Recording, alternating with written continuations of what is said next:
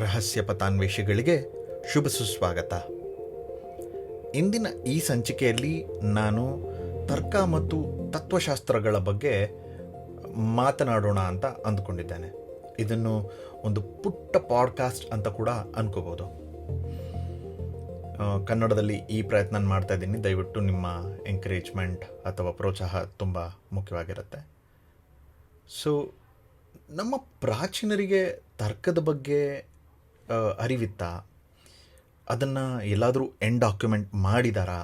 ಮತ್ತು ಆ ಕಾಲದ ತರ್ಕವು ಈಗ ಏನಾದರೂ ಅನ್ವಯವಾಗುತ್ತಾ? ಈ ಎಲ್ಲ ರೀತಿ ನೋಡ್ತಾ ಬಂತು ಅಂತಂದರೆ ಆಗಿನ ತರ್ಕಗಳು ನಿಜವಾಗಿಯೂ ಕಾಲವನ್ನು ಮೀರದ್ದು. ಅಂದರೆ ಆ ತರ್ಕಗಳು ಈಗಲೂ ಅದೆಷ್ಟು ಪರಿಪೂರ್ಣವಾಗಿ ನಮ್ಮೆಲ್ಲರಿಗೂ ಸರಿ ಹೊಂದುತ್ತೆ ಅಂದರೆ, ನಾವೆಲ್ಲರೂ ನಿಜವಾಗ್ಲೂ ಈ ತರ್ಕಗಳನ್ನ ನಮ್ಮ ದಿನನಿತ್ಯದ ಜೀವನಗಳಲ್ಲಿ ಬಳಸ್ತಾ ಹೋಯಿತು ಅಂತಂದರೆ ನಮ್ಮ ವ್ಯಕ್ತಿತ್ವದ ಎಲಿವೇಶನ್, ಅಂದರೆ we elevate our self in terms of personality ಅಂತ ಏನು ಹೇಳ್ತೀವಿ, ಅದು ಸಾಧ್ಯತೆಗಳು ತುಂಬ ಇದೆ.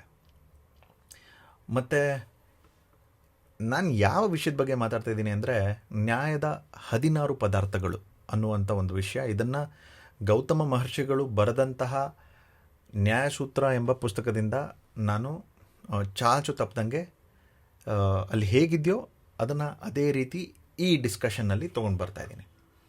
ಸೊ ಮೊದಲನೇ ವಿಷಯ ಬಂದು ಪ್ರಮಾಣ. ಅಂದರೆ ಯಾವುದಾದ್ರೂ ಒಂದು ವಿಷಯನ ಸರಿಯಾಗಿ ತಿಳ್ಕೊಳ್ಳುವಂಥ ವಿಧಾನನ ಪ್ರಮಾಣ ಅಂತಾರೆ. ಅಂದರೆ ಟೂಲ್ಸ್ ಫಾರ್ ನೋಯಿಂಗ್ ಎವ್ರಿಥಿಂಗ್. ಅಂದರೆ ಒಂದು ವಿಷಯನ ಎಷ್ಟು ಪ್ರಮಾಣದಲ್ಲಿ, ಎಷ್ಟು ಆಳ, ಅಗಲ, ಈ ರೀತಿಯಂತಹ ಒಂದು ಪರಿಮಿತಿಯನ್ನು ಕೊಡುವಂತಹ ವಿಷಯನ ಪ್ರಮಾಣ ಅಂತ ಗೌತಮ ಮಹರ್ಷಿಗಳು ಕರೆದ್ರು.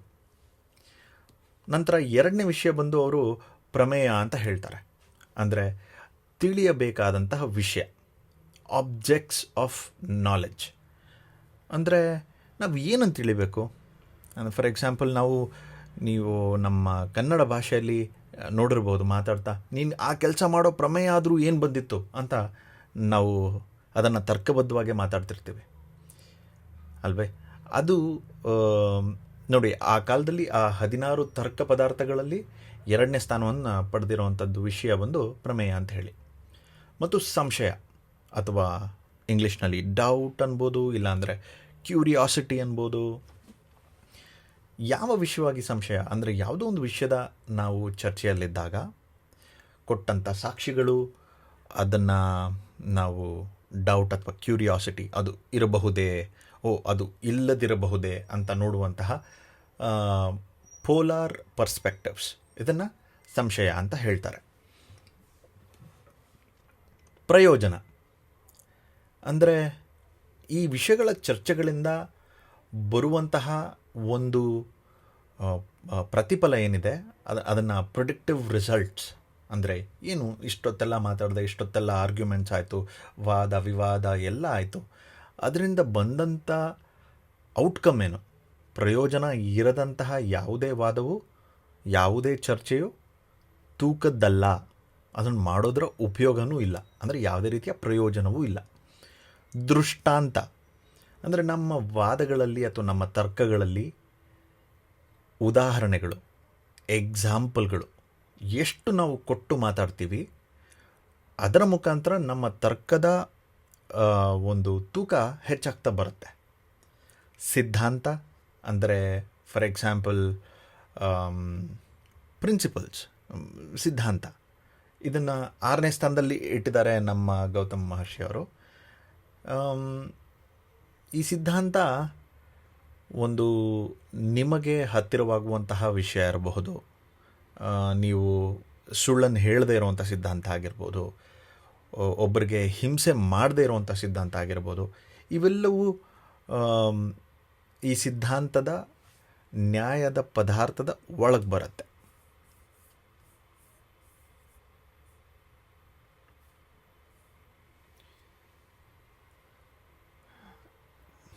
ಮತ್ತು 7ನೇ ವಿಷಯ ಬಂದು ಅವಯವ ಅಂತ. ಇಂಗ್ಲೀಷಲ್ಲಿ ಸುಲಭವಾಗಿ ಹೇಳಬೇಕು ಅಂತಂದರೆ ಸಿಲಾಜಿಸಮ್. ಅಥವಾ ರೀಸನಿಂಗ್ ಸ್ಟ್ರಕ್ಚರ್. ಅಂದರೆ ಒಂದು ವಿಷಯವನ್ನು ನಾವು ಪ್ರತಿಪಾದಿಸಬೇಕಾದ್ರೆ ಅದಕ್ಕೆ ಅದರದೇ ಆದಂಥ ಒಂದು ಮೆಂಟಲ್ ಮ್ಯಾಪಿಂಗ್ ಅಥವಾ ಸ್ಟ್ರಕ್ಚರ್ ಇರಬೇಕು.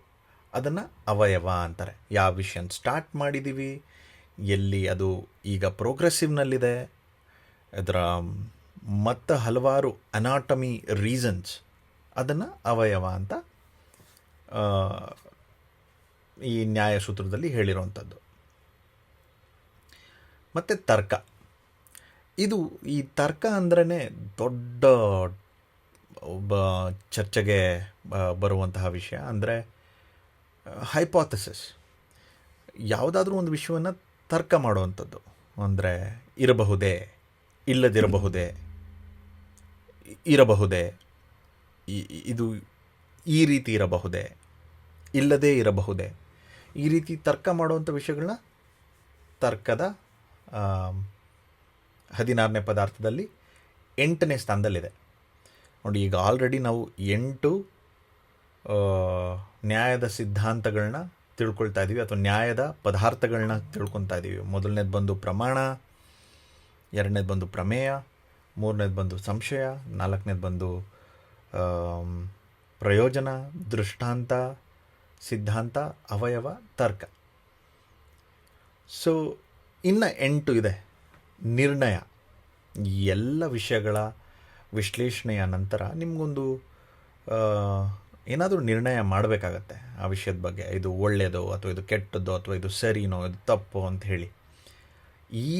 ಈ ನಿರ್ಣಯ ಕೂಡ ಹಲವಾರು ತೂಕದ ವಿಷಯಗಳನ್ನು ಒಳಗೊಂಡಿದೆ. ತದನಂತರ ವಾದ ಅಂದರೆ ಒಂದು ಸತ್ಯದ ವಿಷಯ ನಿಮಗೆ ಗೊತ್ತಿರುತ್ತೆ, ಆಯಿತಾ, ಅದನ್ನು ನೀವು ಡಿಫೆಂಡ್ ಮಾಡುವಂತಹ ಒಂದು ಕಾರ್ಯ. ಅದನ್ನು ನೀವು ಡಿಫೆಂಡ್ ಮಾಡ್ತೀರ. ಡಿಫೆನ್ಸಿವ್ ಆರ್ಗ್ಯುಮೆಂಟ್ ಅಂತ ಏನು ಹೇಳ್ತಾರೆ, ವಾದ. ಜಲ್ಪ ಅಂತ ಇನ್ನೊಂದು, ಅಂದರೆ ಅರ್ಥವೇ ಇಲ್ಲ, ತೂಕವೇ ಇಲ್ಲದೆ ಅದನ್ನು ಪ್ರತಿಪಾದಿಸ್ತಾ ಇರ್ತಾರೆ. 12ನೇದು ಬಂದು ವಿತಂಡ. ಅಂದರೆ ಇದೂ ಅಷ್ಟೇ, ಜಲ್ಪ, ವಿತಂಡ ಇವೆರಡೂ ತೂಕವೇ ಇಲ್ಲದಂಥದ್ದು. ಅಂದರೆ ಫಾರ್ ಎಕ್ಸಾಂಪಲ್, ನಾನು ರವಿಚಂದ್ರನ್ ಅವರು ಒಂದು ಸಿನಿಮಾ ನಿರ್ದೇಶಕರು ಮತ್ತು ಸಿನಿಮಾ ಚಿತ್ರದ ಪ್ರಖ್ಯಾತ ನಟರು. ಅದನ್ನು ಬಿಟ್ಟು ನಾನಿವಾಗ ಒಬ್ಬರು ಸೈಂಟಿಸ್ಟ್ ಅಂತ ವಾದ ಮಾಡಬೇಕು, ಫೇಕ್ ಡಿಬೇಟ್. ಅಥವಾ ಇದನ್ನು ಇನ್ನೊಂದು ಅರ್ಥದಲ್ಲಿ ಅಂತಂದರೆ ಟ್ರಾಲ್ ಮಾಡ್ದಂಗೂ ಆಗೋಗುತ್ತೆ ಈ ವಿತಂಡ.